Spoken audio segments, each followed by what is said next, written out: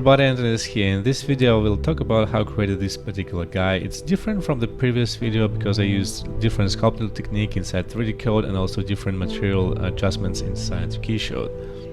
For the photo background I used this particular photo pack. I've tested it against number of photos. You'll see one of those photos in 3D code when I start doing the time lapse. And let's go to the sculpt. Let's start with some leftover bits from previous sculpts that I've done, and I've done a whole bunch of it and a whole bunch of sculpts. I don't really show all of them in these videos. So here I'm using a different brush, a muscle brush, if you compare it to my previous video. A muscle brush gives you really cool organic shapes, and the twist stuff that we got here is really cool. It's something that probably the best part of the muscle brush that I had was getting these twisted shapes and quite organic looking shapes. I was making these legs that I knew that if I do a lot of noise, introduce a lot of noise to the legs, a lot of like bumpiness and spikes and all that, each leg, one leg will have a really rich silhouette, and then it won't really be visible that all these legs are actually the same. Obviously, you can play around in your spare time and try to move them around, but I just wanted to do the job as quickly as possible, and I did this kind of creature in just a few minutes. So here I'm using the move tool, using a wrinkle brush to get stuff around, so it will be more noisy for the cloud shader, for the volumetric shade inside Keyshot. And then I'm just checking the proportions, making some this leg sticks longer. Just carrying on to introduce noise all around this stuff. Then I wanted to do, I added noise. I turned this sculpture into surface, and then I introduced noise that bulged out all little details and make them all rounded and made more cloudy, which is kind of cool thing, just using displacement noise. Okay, so you can see here I already dropped the guy inside Keyshot, and I have a material applied to it, but this is not the default one. So if we go into the scattering medium on my left, I pick this guy and I drop on here, and it will become pretty much transparent. And this is the transparency comes because of the transparency distance, which is way too big for this guy. He's pretty tiny, so I have to drop it down to like 5 centimeters or 5, 10, whatever works for you. So, press it and you wait for a few minutes. So here I have a test render, which I've probably spent about 25 minutes rendering, and you can see the cloud has been, it looks like a cloud, but it's a little bit foamy and doesn't look that great, that menacing as I wanted to. And those clouds were created by having this material attached to the object and then changing the color adjust texture to noise fractal in the textures menus.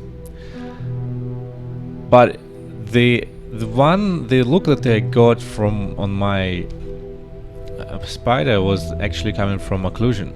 So if you change it to occlusion and then you play around with the transparency and all that stuff, and let's change it here, increase density, decrease the transparency, detailing, we'll start slowly getting some of this stuff through.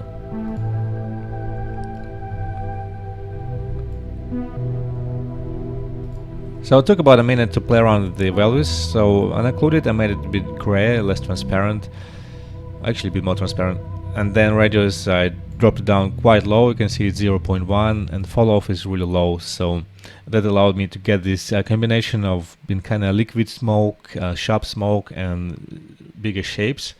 You definitely want to experiment as much as you can. You can even play around with different colors of it and see what that does. It doesn't do much right now, but let's pick that guy. You can get a slightly different tint to your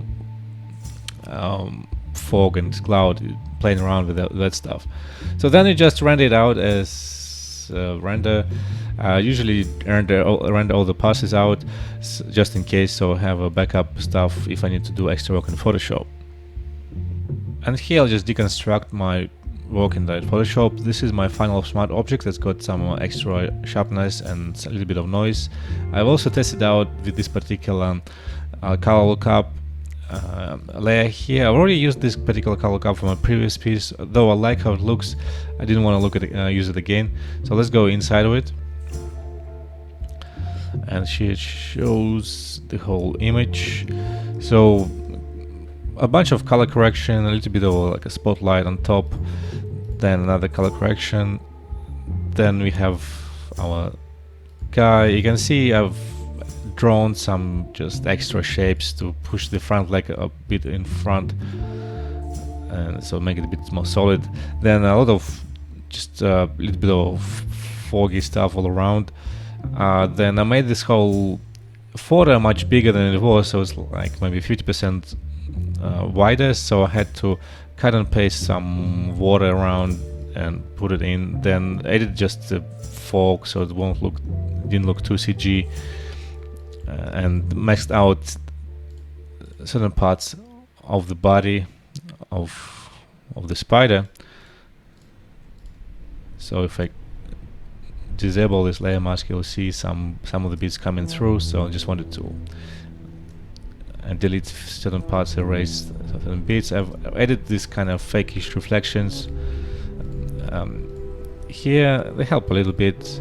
So yeah, so this is end of the day, it's more of a concept image, not really a poster. So I wasn't trying to make it super finished, but it looks fairly realistic. It looks pretty cool, and I think this is a great way to play around with the stuff. And definitely go and check it out with the volumetric materials at Keyshot. For the last few seconds of the video, I'll just show this couple test renders. So this one was done for another 25 minutes with the transparency being put pretty high, so kind of lost all the shape. And this one had pretty dense image. Again, I kind of like it. I would love to use it for something else, not this particular creature. And in the end of the day, the best result I got was essentially with the playing around of ambient occlusion attaching it to the volumetric shader. So thank you guys for watching, and see you in next time for the next video.